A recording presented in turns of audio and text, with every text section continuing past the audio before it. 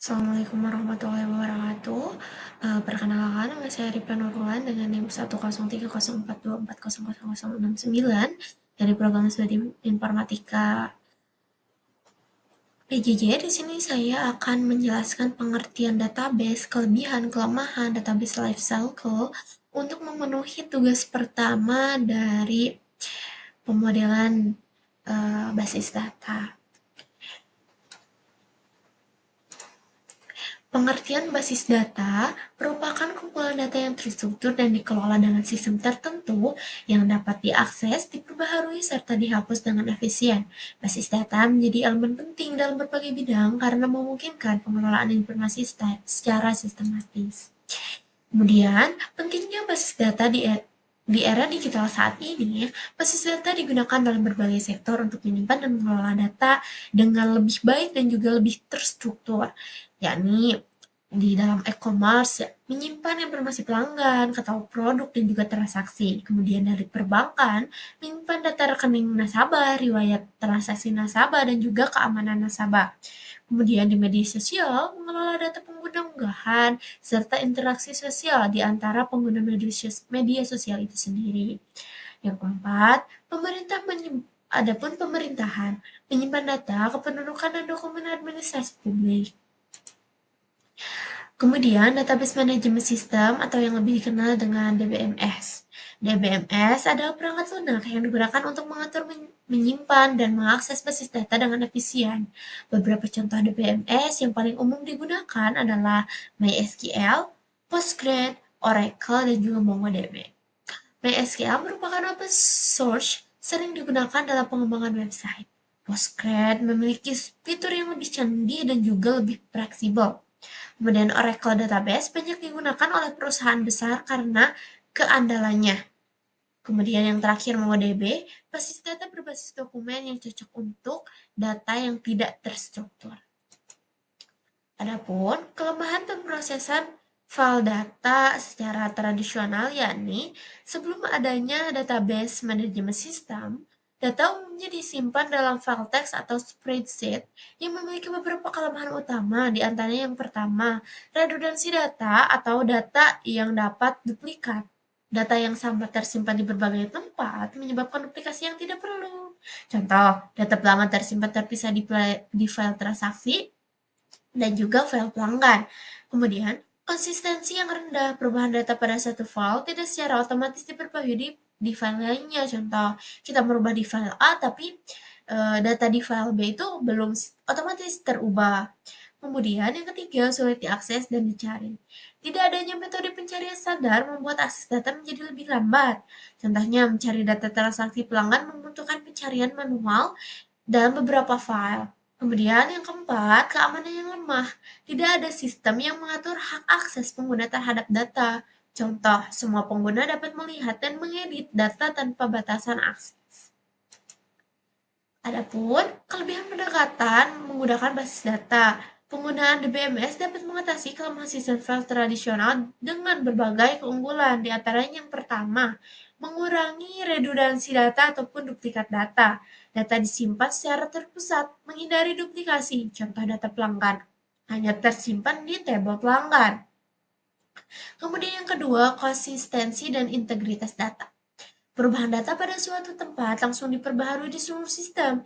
Misalnya, ada tabel pengguna dan juga tabel transaksi. Kita mau mengubah alamat pengguna dan alamat pengguna itu terdapat juga di tabel transaksi. Maka kita hanya cukup menuliskan query update, maka keseluruhan data alamat tersebut di tabel pengguna maupun tabel transaksi akan otomatis ikut berubah.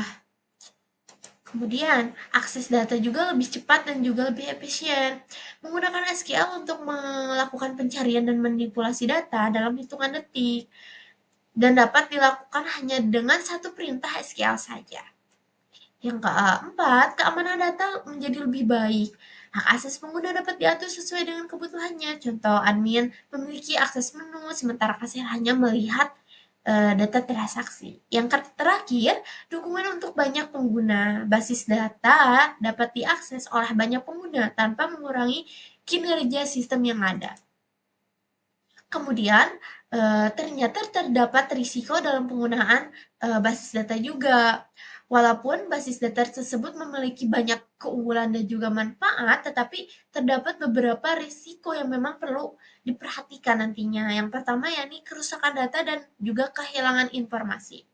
Jika server rusak tanpa adanya backup, maka data yang telah ada sebelum-sebelumnya itu akan menghilang. Jadi otomatis kita perlu melakukan backup data yang terjadwal, misalnya seminggu sekali, sebulan sekali. Jadi apabila nanti ada kerusakan server, maka otomatis datanya dapat direstore dari data yang telah di backup sebelumnya, sehingga kita tidak kehilangan keseluruhan data yang berakibat fatal pada sistem yang ada. Kemudian yang kedua, serangan keamanan dan juga peretasan. Data dapat diretas jika tidak diamankan dengan baik. Solusinya yaitu menggunakan enkripsi, firewall, dan juga autentikasi. Yang ketiga, biaya implementasi yang tinggi. Infrastruktur server dan perangkat lunak DBMS membutuhkan implementasi yang cukup besar. Menggunakan layanan cloud seperti AWS atau Google Cloud solusinya. Yang keempat, kompleksitas dalam pengelolaan. Basis data membutuhkan pengetahuan teknis seperti desain, skema, dan optimasi query. Solusinya menggunakan administrator database ataupun DBA untuk melakukan pengelolaan. Adapun siklus hidup basis data atau database lifecycle. Agar basis data berjalan optimal perlu dilakukan beberapa tahapan berikut. Pertama yaitu perencanaan. Menentukan tujuan penggunaan basis data dan jenis basis data yang akan disimpan. Contohnya, basis data toko online memerlukan data produk, pelanggan, dan transaksi. Yang kedua, analisis kebutuhan, mengidentifikasi kebutuhan pengguna dan proses bisnis yang didukung basis data. Contohnya, menggunakan data yang perlu disimpan dan siapa yang dapat mengaksesnya. Yang ketiga, perencanaan desain database, membuat model basis data termasuk ERD dan juga skema tabelnya, membuat tabel pelanggan, produk, dan juga relasi antara tabel-tabel yang ada. Kemudian, yang keempat, implementasi, membuat tabel dan menginput data awal ke dalam sistem DBMS. Contohnya menuliskan skrip SQL untuk membuat tabel dan memasukkan data pelanggan. Yang terakhir, pengujian dan pemeliharaan memastikan sistem bekerja dengan baik dan memperbaiki jika adanya bug. Contohnya menguji apakah data dapat diakses dengan benar tanpa adanya kesalahan, misalnya ada duplikat data, dan lain sebagainya.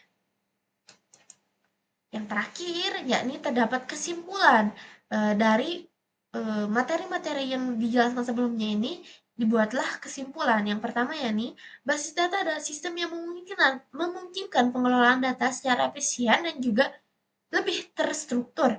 Yang kedua, penggunaan DBMS dapat mengatasi kelemahan sistem file tradisional seperti duplikat data dan keamanan yang rendah. Yang ketiga, meskipun basis data memiliki berbagai keunggulan, ada risiko seperti ancaman keamanan dan biaya implementasi yang perlu diperhatikan.